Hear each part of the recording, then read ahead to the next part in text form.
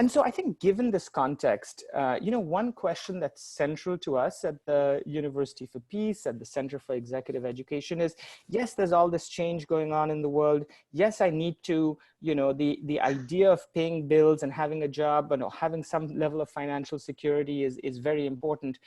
But how do I do work that I love, make a positive impact, and pay the bills, right? And so this central question also underpins, I would say, all of our programs, and certainly the course on entrepreneurship, innovation, and social change.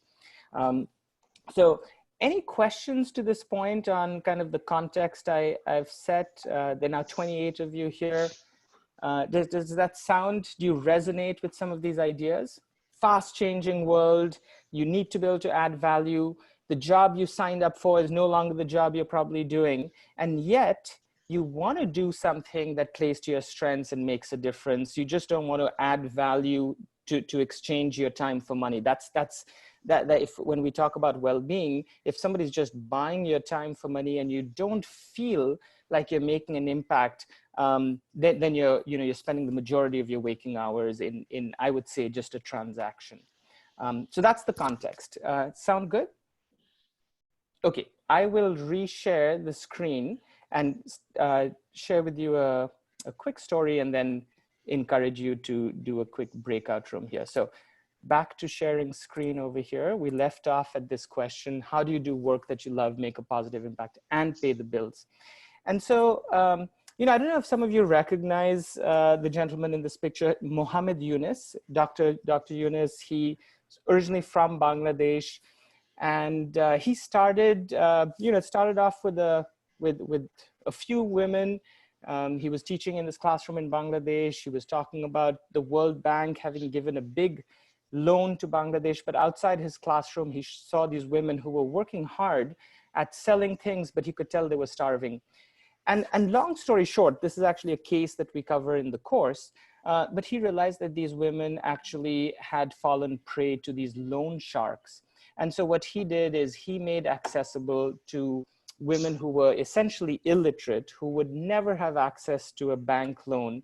He made access, he made a bank, started a bank eventually called the Grameen Bank, which is now over many, many countries in the world, and extending what's called microcredit to people who otherwise would really not qualify for a loan otherwise. And I love this quote. He came out to Costa Rica a couple of times. I had a chance to actually meet with him on his first visit. He says, "I'm a businessman. I'm in the business of alleviating poverty." And if you talk to him more, he would say, the reason I do this is nothing gives me more happiness than being able to help others. And what Mohammed Yunus has really figured out is entrepreneurship by itself is a great start, right? We're all entrepreneurs. We all need to be adding value in this changing world. But when you can do that and be making a difference and be making some positive impact, it not only makes for a better world, but also the inner journey of a social entrepreneur. It's a pathway to happiness. It's a pathway to well-being. All our studies on psychology show that. So, so my kind of take on entrepreneurship is, if you're going to make the leap to start something new, you probably want to make sure that you're solving some kind of problem that has a positive impact on society. It's good for society, it's good for you. So that is essentially the question that I want to ask you as we do our first and only breakout room in this short webinar, which is, what's your problem, right? And I've purposely made this a provocative kind of question. What's the problem that you want to solve? And by solving that problem, it's, don't think about changing the world, but it's going to make some kind of positive impact, right? And I'll give you an example. The problem could be that you feel that this pandemic that has gone on for too long, there's some resources in your community that if they were distributed differently, everyone would be better off. The problem you could have is that you're experiencing that there's bullying in your kid's school, but there's no concerted effort of parents coming together to address that. So at this point, think of a problem that's real for you, but that's real enough that you could imagine that this could become your side hustle, solving that problem. perhaps from that side gig, it could end up being something that one day becomes your full-time thing. So I don't know if you already have a problem that it could be a problem within your organization. You might work for a big multinational and you realize, you know what, we could be much more involved in the community. So it doesn't have to involve starting a new organization, but it's a problem that you're experiencing that if you solved it, or if you helped solve it, because we end up doing things in teams, it would somehow make a positive impact, not just to you, but to other people too. So I'm going to stop sharing the screen and just ask you if that question is clear. What's your problem? Okay. And I'm going to break you out. I'm just going to put two people in a room. You're going to have, I'm going to say, take the first 30 seconds to introduce yourself with the partner. Please, if you can, turn on your video, make sure your mic's on for this. And then 1 minute, what's your problem?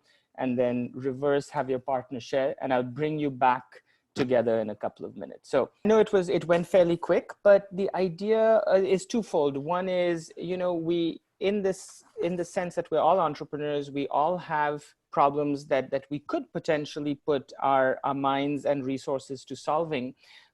Very important to also help create a community of entrepreneurs who can support each other. Very little change at large has been done solo. So you might have a unique kind of perspective on a problem, but as soon as we start collaborating, there's some magic in that. So that's certainly something we do when we run the 6-week course, is create that opportunity. So what I'm going to do is, if you don't mind, I'll jump back into some thoughts I wanted to share with you that might be useful as you know, in this journey of entrepreneurship that we're all in. And so I'll share again my screen, and so you know, the idea that we all have a problem, and just part of it is also narrowing down which one does it make sense for me to work on. Where might there be a problem where it's just a one-time fix, or where is it that the problem actually is systemic, and that by working on it, there's something more that can be fixed. And so here I want to share with you, you know, when I first moved to Costa Rica and got to know the University for Peace, it only offered master's programs. It's this amazing campus. The mission is, it connects with the United Nations. It's this idea of we're one global human family. How do we cooperate and make a more peaceful world? But really at that time, there wasn't a way to come to UPeace and study at UPeace other than the master's program. So part of the vision for the Center for Executive Education was, how do we make more accessible short courses so that people can come in and engage with this university? And that kind of problem ended up, it's been 14 years later, and I think we've had 3,500 alums. But it's not always that, right? And so I wanted to share this. Actually, the story I wanted to share with you is, some of you may know Shazam. It's certainly not a social enterprise. It's an app that recognizes music. And I was part of their founding team. And I just want to share with you the story. The first investor, this was back in the year 2000, pre-smartphone. I'll show you what the phone looked like back there. But so my brother is one of the co-founders of Shazam. Hence, you know, I was working with him, and we were at the first investor meeting. And there was this beautiful business plan. And the business plan went something like this, you know. There are all these people who hear music that they can't recognize, but there's no way to actually figure out if a song plays and you're walking in a mall, there's no way to figure out what the song is.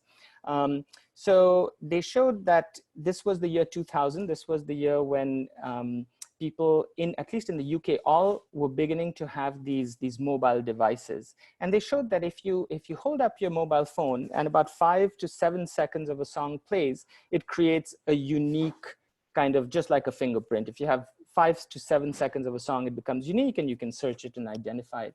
So the investor was very, very impressed. And he said, yes, you know, I come across this problem myself. Beautiful business plan. Now show me a demo that this works. And the investor team, and so the co-founders did not have a demo. And another word for a demo is a prototype. It's the idea that if you're going to try something, if you have an idea, have you actually tried even a baby step to show that the idea works? They had zero in terms of demo. So the investor didn't invest. And but the team learned from that lesson. The next time they went, it took them about 6 weeks to put together a very small demo that the technology actually worked, and the prototype that they built was for 100 songs. So part of what I wanted to share with you is, as we have these problems and we think we have a solution, how do we actually take a baby step? How do we try something and get some feedback to see if it works or not? For me, this was the year 2000. So it was before I had actually moved to Costa Rica and ever come across the University for Peace. But I'll never forget that lesson of when you see an opportunity, when there is a problem, the best kind of thinking is often trying something, doing something, and seeing what kind of feedback you have. And in fact, I've invited, so my brother Dheeraj Mukherjee, he's after Shazam kind of developed its thing and the iPhone came out, they ended up selling the company to Apple a few years ago. And now his focus actually has been on tech for good. There are a lot of technologies that enable social entrepreneurs and other change makers to advance their causes. So he's going to be part of the Entrepreneurship, Innovation, and Social Change course in one of the sessions. But his journey has gone from pure tech entrepreneurship to now seeing how technology can actually enable social impact. So I thought it would be a great time to invite him back. He obviously influenced me a lot in those early days. And one of the things we talk about is the ability to also communicate your message in what we call the elevator pitch. And sometimes, having a long pitch that goes like, Shazam, the technology is extremely complicated. How does digital music identification, actually work? Most people don't need to understand that to actually invest. So we'll talk a lot about also the elevator pitch, and depending on who you're communicating to and you feel like you have an idea, what you communicate, the challenge often is to keep it simple, keep it short, and this idea of less is more in your elevator pitch is something we'll go into, but just a quick kind of nugget that I wanted to share with you there. So with that, I wanted to kind of just share briefly the framework of design thinking. I think design thinking in these fast changing times, in this VUCA world, is a tool that I wanted to share with everyone. But before that, let me just see if there are any questions. Maybe you can type it into the text box. One thing is we've scheduled this for about half an hour. We started 2-3 minutes late. I'll stop when we get to that point, but I'll stay on to take any questions that you might have. So please feel free, if you have a question, if you have something that we're not going to be able to cover in the half an hour, stay on, I'll stay on, and we can chat some more. But sound good in terms of where we are? So a little bit about design thinking as a framework for entrepreneurship. So just a quick question, and maybe I'll ask for a show of hands here. So I've turned off. How many of you are familiar with design thinking? Just a quick show of hands. For those of you who have, okay, so a number of you are. That's great. It's I have found it amongst a lot of different tools that we share with our participants, from the lean canvas to, how do you do financial projections. I find this flexible. I find that it works for not only starting a new venture, but also when you're within an organization and you are going to be a social entrepreneur, create something new. So the idea of when you solve a problem, whose problem are you solving, right? The first step of design thinking is, can you empathize with the audience for whom you're building a solution or going to build whether it's a product or a service. So it starts with empathy before you really define what is it, the problem that you're going to solve. You might have an idea of what that problem is when you shared with your partner what's your problem, but when you do the empathy work, you realize, well, that is your problem, but if you're solving it for more than yourself, it's probably slightly different. So empathy, after empathy, you really define your problem. Ideation, the third step, is a fancy word for brainstorming. It's the notion that give yourself space to generate a whole lot of possible solutions before you prototype or try one or two or three things really quickly from your brainstorm list. Try a few things that make sense, that fit your criteria, and test it to get feedback. So again, the quote that I love from people who work with design thinking is often, doing is the best kind of thinking. But design thinking is more than just these 5 steps, right? It's a mindset. It's a mindset that how do I empathize more and kind of get out of my own head? How can I stay flexible? Because when you do the empathy, when you do the testing, you realize there's a lot that you don't know about the problem. How do I constantly stay curious about the issue that I'm interested in?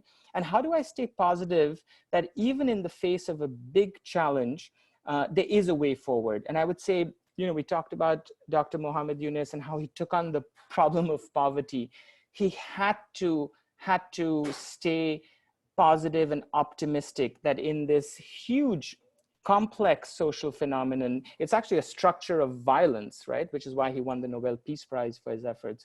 But this mindset of empathy, flexibility, curiosity, and positivity was really key for him to move forward. And I know a lot of you are educators in the room. Sorry, I'm not seeing everyone on my screen, but I see Jorge. I know you're working at Lincoln. Jorge, great to see you. I know a number of you from Lincoln School are here, and we're all, I would say, educators in different ways.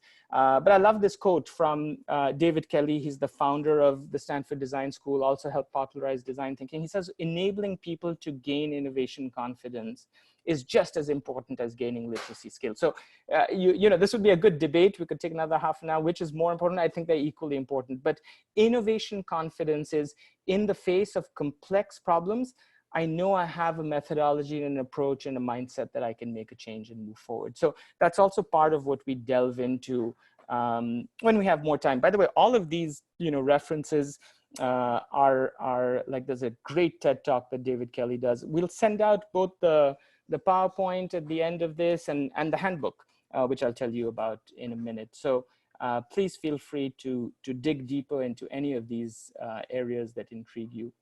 So maybe the last few minutes, like I said, we started, I think, 3 minutes late. So I'll take the last 3-4 minutes just to tell you a little bit about, if this intrigues you, kind of next steps that you can take. And so we do have a course that's starting on Monday called Entrepreneurship, Innovation, and Social Change. It's a 6-week online course. I know a lot of us are working from home these days. So it's a course that's designed for you not to have to travel anywhere or move around. The structure of the course looks, you know, there are these 8 different modules, from understanding the landscape of, you know, what does it mean to talk about social impact, innovation, to, if you're going to start something, what kind of business model makes sense. Human-centered design is just another term for design thinking. So there's a whole module where you look into design thinking.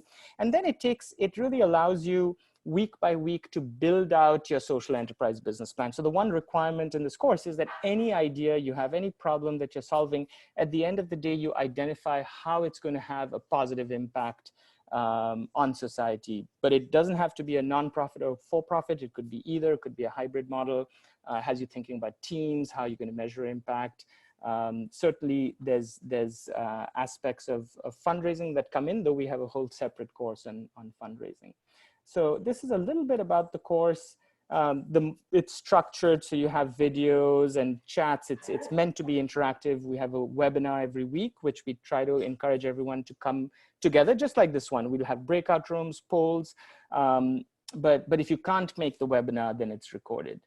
So, you know, the handbook is something that I wanted to offer up as something that I feel is got a lot of, at least my own experience of going from idea to making something happen. So about 2 or 3 years ago now, with the help of Ashley, who was a student in one of my courses, we put together, I think it's like a 120-page handbook. So I'd love to offer that up. We'll send out a link to download that when we follow up.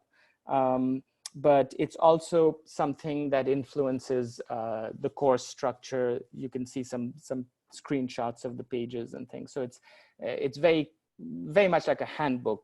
You know, there's some concepts, but then try this, answer these questions. And that's something that, we would like to gift you for your time and presence today. I know it's, even though this is half an hour, I tried to keep it short. It's a valuable half an hour for you. So I wanted to end on this quote, Dr. Muhammad Yunus, who I started with. He says, you know, and this was the title of the webinar today, we are all human beings are entrepreneurs. When we lived in the caves, we were all self-employed, finding our food, feeding ourselves. That's when human history began. As civilization came, we suppressed it. We became labor because they stamped us. You are labor. We forgot that we are all entrepreneurs. And knowing Dr. Yunus's philosophy and approach to life, he doesn't mean that we're entrepreneurs in a pioneer kind of way, in an isolating way. It's we're entrepreneurs in the sense that we all have that creative confidence. We all should be able to look at complex problems and feel like we have the tools to make a difference. And so that's the mindset that I firmly believe that we all have that potential. He has proven it through his model of Grameen Bank, where even these illiterate women, you know, who we label as perhaps not having those skills, he's like, no, they were being deprived a basic human right of just having a little capital to start their own business.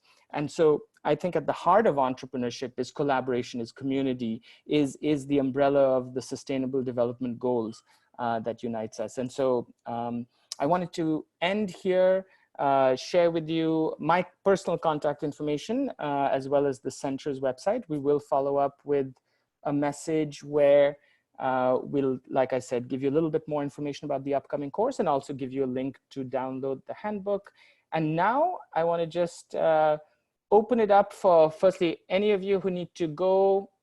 Thank you so much for joining. Those of you who want to stay and have, I'll put off the PowerPoint so we can kind of see each other again, but please feel free to stay on. I'm going to be around for another 15 minutes for anyone who wants to chat more. So thank you again. I'm going to stop sharing. And if you go to the gallery view, you can kind of see everyone in the room. There are 32 of us now. So please feel free to now just unmute yourself. I find that sometimes the easiest way is to, if you want to say something, ask a question, unmute yourself and speak. If you are feeling shy, you can use the text box. And if you need to leave, I get it. Thank you. So let's open it up for comments, questions. Give me, you know what, like give it a, let's do this. Feedback is very important. I don't know what your expectations were for this half an hour webinar. I had told you that I'd talk a little bit about my entrepreneurial journey, a little bit about design thinking, a little bit about the course.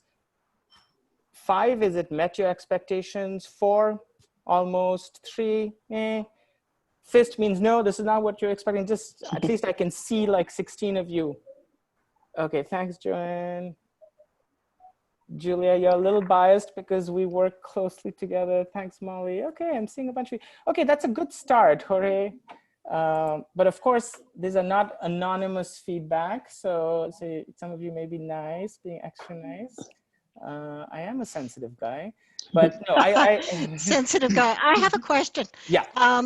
With the course, it's an 8-week course, correct? That is a very good question. Let me make sure that's right. Julia, Hannah, 8 weeks, 6 weeks? It's a 6 weeks. 6 weeks. 6 weeks, Okay. you often give an extension at the end as you're wrapping up your plan. If you need an extra week, we're quite flexible. All right, but what kind of time commitment in a week? Yeah, good question. Hannah, I'll let you kind of go first and I can qualify if I feel, yeah. So generally, most participants report spending between 5 and 9 hours of time on the coursework per week. It really depends on the time you have in the week and how much effort you want to put into it, but usually it's about 5 to 9 hours per week. Okay, Thanks. thank you. Sure. Thanks for those questions. I'm sure that that's relevant for others too. Yeah. I have another question though. Sorry, Yeah. Unless somebody else does. No, go for it. No, okay. Yeah, you say the course starts on Monday, so it's, personally for me, I have a schedule that would not allow me to start this Monday. So how often do you run this course? So we run it. Sorry, go for it. We run it 3 times a year, usually once in March, again in June or July, and then again in September, or May, June, or July, and then so beginning of the year, mid-year, and then later in September as well. And just to jump in with the timing, Hannah mentioned about how much it is per week. Every week a new module's opened up, and there are readings and videos, and there's only usually 1 live webinar per week that you're encouraged to join, although it's recorded as well. So it's not that you have to be online at specific times so much as how long it takes to go through the materials and get the learning. And then you have interactive assignments with other people in the class and things like that to keep it moving and interesting as well. Okay. And anybody else? All right. Tatiana, I No. think you had a question, a really good one. You're mute. Go ahead. Okay. No. So the idea is to come in with an idea that you actually want to tailor and get feedback on, a specific idea that you would like to design into a workable project. You know, Joanne, let me jump in there. That would be great, but you don't have to have a specific idea. Part of the course is that it leads you through thinking about what's on your mind. So either you could be inspired by some of the other case studies. We have people who take it just because they're interested in the process. They actually don't want to start anything. And so we have them actually analyze an existing social enterprise of their choosing and critique it. What kind of advice would they give the founder? A lot of our participants do come in because they do have a burning idea, but they haven't had the space and structure to flesh it out. But that is not a requirement per se. Interesting. Okay, thank you. Most welcome. Tatiana, do you want to go first? Yes, hello, Mohit. Great webinar. Tatiana, I was like, Tatiana. So good I know. so good to see you, my friend. It's been great, the content. I have a question regarding the, if in the, the course you're going to address issues related to the partners. How do you engage partners? How do you identify them? That's really, really important for my plan. And I think that it's the most difficult part for me, because you want to go and work with people who are really, identify with the problem and all that. And maybe at the beginning they are identified, but you don't know if they are going to deliver at the end. So for me, that's very important. Yeah, and Tatiana, just to clarify, so these are partners who are other organizations or people who might be able to support you, your mission, that those kind of partners? Yes, okay. Yes. So, the quick answer to that is this course has probably not got a huge focus on partnerships. And I think the course that most focuses on partnerships is the one on tackling finance in the social sector, because there are many ways to think about financing your endeavor, but a big one is through other people, through partnerships, through finding win-win kind of approaches. So it's identifying organizations, people, individuals who have some interest in partnering with you. Sometimes it's like a grant, otherwise it's so the short of it is, so this would probably not be a course that will focus on structuring partnerships, though there will be probably some mention on it. The second thing is, and this invitation is for all of you, that's why I put up my email. Tatiana, happy to also connect with you offline and share anything. The Tackling Finance course, we just wrapped it up. It was a 4-week course, and so we'll be offering it again, not for a couple of months, I think. And I can send you that information specifically, but. Sounds great. I'll be waiting for it. Thanks, Tatiana, for your question. Yeah. Thank you. Thank you. And maybe to answer the broader question, we see the journey of entrepreneurship as having many pieces to it. Certainly, this is our capstone course, where you emerge with a plan of action. However, we do have a suite of other, maybe 7 or 8 other courses that support the journey of a social entrepreneur. In fact, Miguel, who was on earlier, or maybe still on, teaches a course specifically on measuring impact. So hard to do when you're, working on something like women's empowerment or things that are really hard to they're not tangible. But yet they need to be measured. Otherwise, how do you know you're even making a difference, right? So that's a course that we have that Miguel teaches. We have the Tackling Finance course, which I mentioned. We have a course actually on just the inner journey of an entrepreneur, because this is hard work. So that's called Designing Your Life. We have a bunch of others, and I can send you, when we send out an email after this, I can send you a link so you can see the suite of courses we have. But Tatiana, to your point, I think one of those courses specifically addresses partnerships, while this course wouldn't get that deep into it. Okay. Thank you, Mohit. Thank you. Thank you. I have a question. Yeah, please. Does your course also address challenges that people are likely to face, like risk mitigation challenges? Because I stay in a third world country where you can get arrested for anything and everything. So apart from just thinking about whether the project or whatever idea I'm coming up with will be legal or viewed as something that's a threat to the state, I also have to think about risk mitigation strategies. So do you address that? Yeah, so Molly, I'm going to answer your question with first a quick story, and then I'll make sure to answer it precisely. So, you know, I remember I was in a class, and I was talking about the benefits of starting a nonprofit versus a for-profit. Because typically when you start a nonprofit, people trust you more, that you're mission driven. And a student put up their hand, and I think they were from Nepal. And they said, you know, Mohit, in my country, in Nepal, there've been so many nonprofits that have been started that have just been started as nonprofits, but it's really for somebody to create a job for themselves. So in my country, a nonprofit actually has lower trust, right? And the for-profit, you say what you're doing. So it's the opposite of what you're saying in my country. And that happened 10 years ago. And I realized that there's no way that there's a one size fits all approach. So Molly, in your particular circumstance, you would know quite a bit about your local environment, which our course facilitators, they're great. They're actual social entrepreneurs. They have a lot of experience. They would not be able to advise you specifically about your context. They would be able to ask you all the questions you need to think about to mitigate risk. So our facilitators are exactly that. They can think broadly and ask the right questions. But Molly, where are you based? Which country? I'm in Zimbabwe. Zimbabwe. So I don't think either of our facilitators who are very international will have local knowledge that you would not have at a deeper level. So they will ask you, you know, and this would probably happen in a one-off. Either you would email them, it would happen in a chat room, or it would happen in office hours.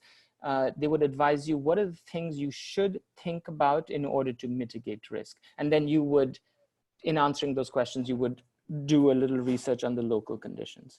So similar to everybody, right? Even the idea, what you need to do to incorporate a nonprofit and for-profit is very different across different countries. But generally, the benefits, the pros and cons generally stay the same. So great question, Molly. And I hope that my answer helped. At what point the course becomes a personal journey, and at what point the course can benefit everybody. Thank you. Thank you. So we have a few minutes left. I'm here till about 50. So 4 more minutes, and then I'll get off because I have another call for which I'll prep. But other things that are on your mind, even comments, maybe a story you want to share. I know some of you are already doing this.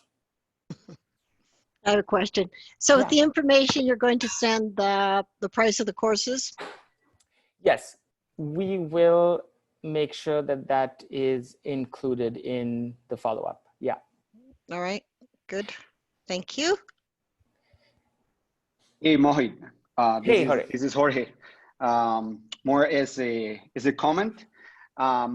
Just wanted to tell the rest of the people here a little bit about my story and my journey through the UP Center for Executive Education. So I actually started my journey as a social entrepreneur with Mohit back in 2017 when I decided to take a leap of faith from my job and quit my job to start a social career, which I wasn't sure what that was going to be. I just knew I wanted to be some sort of a coach. At that moment, I thought probably a professional coach or something like that. And that took me to the positive leadership workshop with Mohi and Julia and Hannah and Esme here in the call. And like, for example, your question, do you need to know what your social project is going to be? At that point, I didn't know what was my purpose, or what I felt was my purpose, but I wasn't sure exactly what my social enterprise or project was going to be. And through these courses that actually helped me prototype my next step, the next step in my career. And nowadays I'm a professor, I'm a teacher in Lincoln School. And I'm also part of a group of professors that are starting up as an innovation center in Lincoln School that's focused on social innovation, actually. So I think these courses, I'm very interested in this one in particular, because that one I haven't taken it.